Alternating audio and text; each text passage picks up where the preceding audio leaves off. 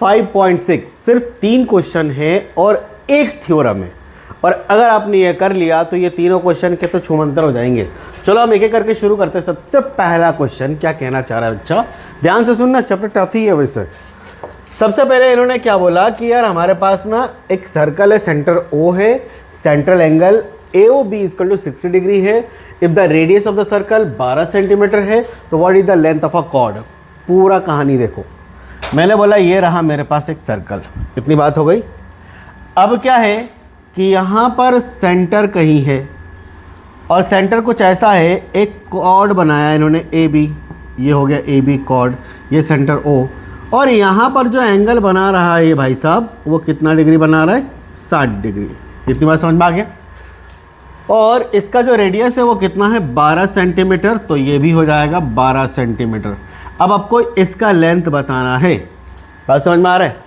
अब इसका लेंथ बनाने के लिए तुम सोचोगे कि यार कोई थ्योरम 4 वगैरह का यूज़ करेंगे, ऐसा कुछ नहीं, यहाँ पर थोड़ा सा दिमाग लगाओ।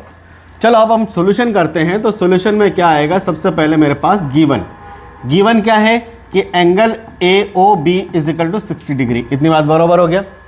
एंड रेडियस क्या देकर रखा है बच्चा, एंड रेडियस देके रखा है हमारे पास 12 सेंटीमीटर। इसका मतलब ये हो जाएगा OA बराबर OB is equal to 12 centimetre. इतनी बात समझ में आ रहा है।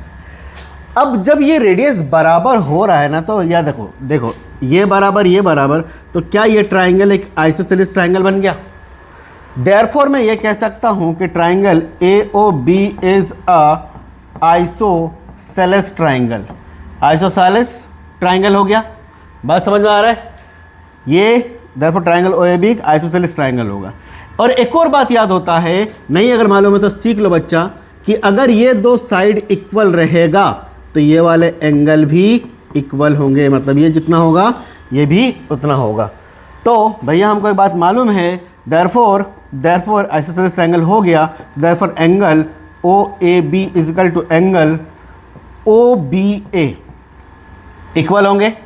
ये प्रॉपर्टी होती है, एक थ्योरम ही होता है, क्योंकि सारा काम तो थ्योरम, और थ्योरम का मतलब भैया ये वेरीफाइड है, थियोरेटिकल वेरीफाइड है, ऐसा ही होता है। वो कहावत नहीं है, हमारे यहाँ तो ऐसे ही होता है। तो ये वही है। तो मैं काम करूँ, यहाँ पर मैं ये दोनों एंगल निकाल लूँ, ये कितना होगा, ये कितना होगा। अगर मैं दोनों एंगल निकाल लूँ तो मुझे पता चल जाएगा कि ये ट्राइंगल एक्चुअल में है क्या। अभी बताता हूँ। So by angle sum property, angle sum property, ठीक है। Sum of all angle of a triangle is equal to 180 degree होता है। तो इस हिसाब से मैं ऐसा बोल सकता हूँ कि angle OAB plus angle OBA plus में angle AOB is equal to 180 degree. क्या ये बच्चा समझ में आया। अरे ये प्लस ये सब कितना हो जाएगा, 180 डिग्री हो जाएगा। अच्छा ये अभी हमने पता करा कि ये दोनों बराबर है, तो इसको एक काम करें तो एंगल 2OAB प्लस में ये 60 डिग्री इक्वल टू 180। यार इसको सॉल्व कर लो तो 2 angle OAB equal to 180 minus का कितना हो गया 60, दैट इज इक्वल टू 120। तो एंगल OAB इक्वल टू 120, ये नीचे 2 आ जाएगा, कट गया, तो एंगल OAB इक्वल टू आ गया 60 डिग्री। जब एंगल OAB 60 डिग्री आया तो देयरफॉर एंगल OBA भी क्या हो जाएगा मेरे पास 60 डिग्री, क्योंकि ये दोनों बराबर है। तो ये भी हो गया 60 और ये भी हो गया 60। भाई साहब अगर आपको नहीं मालूम तो आपको बता दो बच्चा, भाई साहब बोल रहा हूँ मैं तुम लोगों को। चलो बच्चा सुन लो, अगर ये भी 60 डिग्री, ये भी 60 डिग्री और ये भी 60 डिग्री, तो पता है क्या होता है, ये जो ट्राइंगल है OAB, therefore triangle OAB is a equilateral triangle होगा। कैसा होगा, इक्विलैटरल ट्राइंगल। अगर तीनों एंगल बराबर हो जाता है तो इक्विलैटरल ट्राइंगल होता है, और अगर कोई दो साइड बराबर हो जाता है तो ये आपस के जो पास वाले एंगल है ये भी दोनों बराबर होता है। ये प्रॉपर्टी होती है बच्चा, ठीक है।